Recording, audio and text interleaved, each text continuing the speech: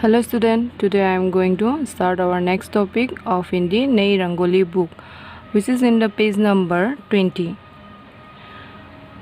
जीवन एक संघर्ष।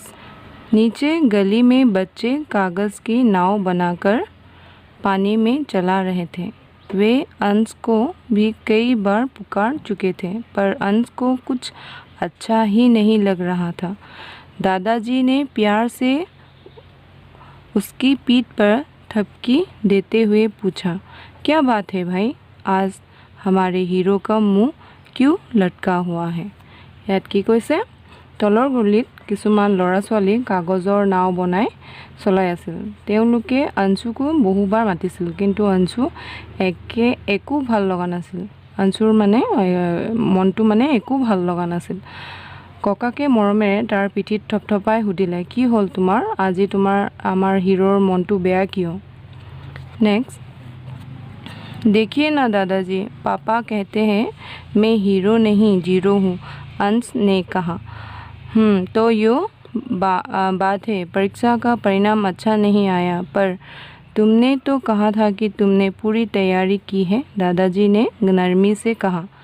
यात की কৈছে পাপাই কয় মই হিৰো নহয় কি জিৰ' হয় বুলি। এনেদৰে কি ক'লে? অংশে ক'লে। তাৰপিছত দাদাজীয়ে এনেদৰে উত্তৰ দিলে, এইটো কথা পৰীক্ষাৰ ফলাফল ভাল হোৱা নাই, কিন্তু তুমিয়েতো কৈছিলা সকলো পঢ়া হ'ল বুলি। ককাকে লাহেকে সুধিলে, आप लोगों को क्या पता कि परीक्षा देना कितनी टेढ़ी खीर है। सभी अध्यापिका 10 मिनट पहले ही पेपर ले लेती हैं। कभी प्रश्न घुमा फिरा कर पूछे जाते हैं, कभी पेपर बहुत लंबा होता है, कभी परीक्षा से एक रात पहले बिजली चली जाती है, और कभी मैं भी तो बीमार पड़ जाता हूँ। अंश एक ही सांस में सब कह गया। याद की কৈছে আপোনালোকে কি জানে পৰীক্ষা দিয়াটো কিমান কষ্টকৰ। কেতিয়াবা অধ্যাপিকাই 10 মিনিটত আগতেই পেপাৰ লৈ লয়, কেতিয়াবা প্ৰশ্নৰ উলট পালট কৰি সোধে, কেতিয়াবা পেপাৰ বহু দীঘল লিখিবলগীয়া হয়, কেতিয়াবা পৰীক্ষা এটা ৰাতিৰ আগত কাৰেণ্ট নাথাকে, কেতিয়াবা মই বেমাৰত পৰি যাওঁ। এইদৰে কি ক'লে অংশই একে উশাহতে কথাষাৰ কৈ গ'ল। नेक्स्ट, दादाजी हंस पड़े। चलो तुम्हें एक किस्सा सुनाता हूँ, शायद तुम्हें तुम्हारा प्रश्न का जवाब मिल जाए। তাৰপিছত দাদাজীয়ে কি ক'লে, ককাকে হাঁহি দিলে, ব'লা তোমাক এটা ষ্টৰী শুনাম, কিজানি তোমাৰ সকলো প্ৰশ্নৰ উত্তৰ ইয়াতে পাই যোৱা। তাৰপাছত एक बूढ़ा किसान था, वो परमात्मा पर बहुत क्रोधित था। उसने एक सुबह अपनी प्रार्थना में कहा, मुझे आपसे कुछ कहना है, बस बहुत हो गया। आपको खेतों का अ ब स भी नहीं पता। जब बरसात की ज़रूरत होती है तो बरसात नहीं होती, और जब बरसात की ज़रूरत नहीं होती तो आप बरसाए चले जाते हैं। यो क्या ना समझी है? यदि आपको खेती का पता नहीं है तो आप मुझे पूछ सकते हैं। मैंने अपना सारा जीवन इसमें बिताया है। एक मौका मुझे दे, आने वाले बरसात में मुझे तय करने दे और देखना कि क्या होता है। याद की কৈছে ষ্টৰীটো শুনাব ধৰিলে ককাকে।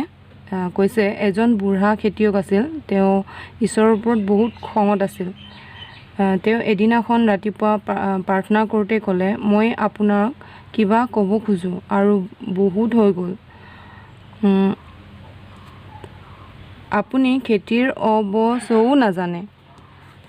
তাৰপাছত কৈছে, যেতিয়া বৰষুণৰ দৰকাৰ পৰে তেতিয়া বৰষুণ নহয়, আৰু যেতিয়া বৰষুণৰ দৰকাৰ নপৰে তেতিয়া ধাৰাসাৰে বৰষুণ দি থাকে। এইটো কি বুদ্ধিহীনতাৰ নহয় জানো?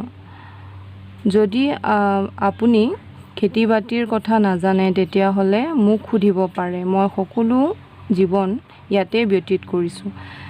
এটা সুযোগ মোক দিয়ক, অহা বৰষুণৰ দিনত মোক সিদ্ধান্ত ল'ব দিয়ক আৰু কি হয় চাওক। তেনেদৰে কৈ সেইবোৰ কথা শুনি তাৰপিছত কি হ'ল, ঈশ্বৰে যিটো ভগৱান ने ক'লে ठीक है, मैंने परमात्मा ने कहा ठीक है, इस बरसात में तुम तय करना। तो किसान ने तय किया और वो बहुत खुश था कि अब वो परमात्मा को बताएगा। তাৰ পাছত ভগৱানে ক'লে ঠিক আছে, এইবাৰ বৰষুণৰ সিদ্ধান্ত তুমি ল'বা। তেতিয়া খেতিয়কজনে সিদ্ধান্ত ল'লে আৰু তেওঁ বহুত সুখীও হ'ল কি ভগৱানক তেওঁ এইবোৰ দেখুৱাই দিব, মানে ভগৱানক দেখুৱাব যে তেওঁ কিমান মানে ঠিক কৰিব পাৰে। नेक्स्ट, फसल काटी गई तब वो उलझन में पड़ गया। वहाँ गेहूँ थे ही नहीं, सिर्फ खाली छिलके बगैर गेहूँ के। क्या हुआ? इतने लंबे पौधे, इतने लंबे कि साधारण गेहूँ से 4 गुना अधिक बड़ा गेहूँ आना चाहिए था। अचानक उसने बादलों में से हंसी सुनी। तार पाছত কি হৈছে, ভগৱানে ক'লে ঠিক আছে, এইবাৰ বৰষুণৰ সিদ্ধান্ত তুমি ল'বা। তেতিয়া খেতিয়কজনে সিদ্ধান্ত ল'লে আৰু তেওঁ বহু সুখীও হ'ল কি তেওঁ ভগৱানক দেখুৱাব বুলি। তাৰ পাছত কি কৈছে, গেহूँ কটা হ'ল আৰু তেতিয়া তেওঁ বিমূৰত পৰিল। তাত গেহूঁৱেই নাছিলে, অকল খালী বাকলি আছিল। বিনা গেহूঁতে কি হ'ল, ইমান দীঘল পুলি, ইমান দীঘল সাধাৰণ গেহूँ বীজতকৈ 4 গুণা ডাঙৰ মানে গেহूँ হ'ব লাগিছিল। হঠাৎ ডাৱৰৰ মাজৰ পৰা হাঁহি শুনিলে। তাৰ পাছত কি হ'ল, परमात्मा हंसे और बोले अब तुम क्या करोगे? किसान बोला मैं आश्चर्यचकित हूँ क्योंकि विध्वंस की तो कोई संभावना ही नहीं छोड़ी थी और जो कुछ भी मददगार हो सकता था दिया गया।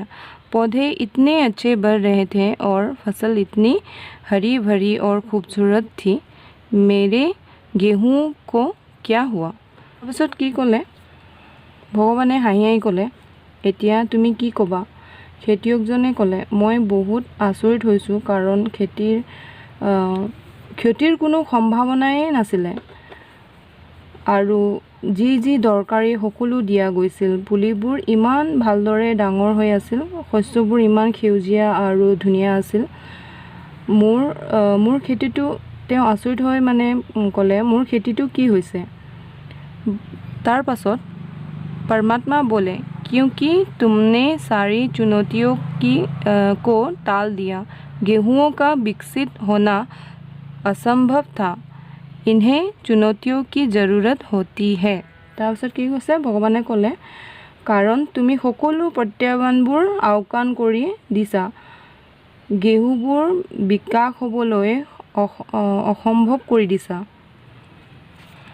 किस्सा सुनाकर दादाजी अंश का चेहरा देखते रहे। अंश के चेहरे पर निराशा के स्थान पर जिज्ञासा नजर आई।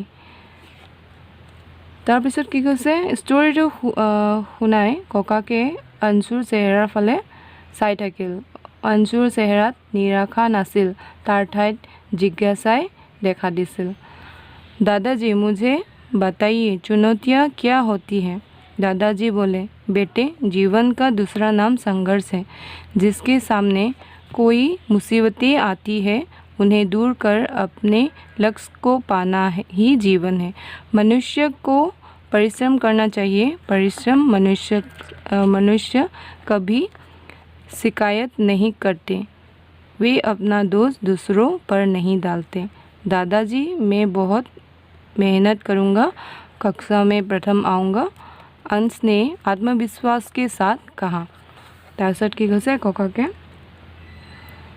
ককা মোক কোৱাচোন প্ৰত্যাহ্বান মানে কি? ককাকে ক'লে জীৱনৰ আন এটা নাম সংঘৰ্ষ সকলোৰে আগত বহুতো সমস্যা আহে সেইবোৰ দূৰ কৰি নিজৰ লক্ষ্যত উপনীত হোৱাটোকে জীৱন বোলে মানুহ পৰিশ্ৰমী হ'ব লাগে পৰিশ্ৰমী মানুহবোৰ অভিযোগ নকৰে তেওঁলোকে নিজৰ দুখ বেলেগৰ ওপৰত জাপি নিদিয়ে ককা আজিৰ পৰা ময়ো বহুত পৰিশ্ৰম কৰিম শ্ৰেণীত প্ৰথম আহিম অংশই এইদৰে আত্মবিশ্বাসেৰে তেওঁ ককাকক ক'লে ইয়াৰ পাছত চোৱা ইয়াত আছে শব্দ অৰ্থ কিছুমান দিয়া আছে হিন্দীৰ শব্দ অৰ্থ কিছুমান দিয়া আছে তোমালোকে এইবোৰ পঢ়িবা शब्दार्थ परिश्रम नतीजा क्रोधित क्रोध से भरा आश्चर्यचकित हैरान होना किस्सा कहानी उलझन चिंता विध्वंस क्षति এইবোৰ সকলোখিনি তোমালোকে ঘৰতে পঢ়িবা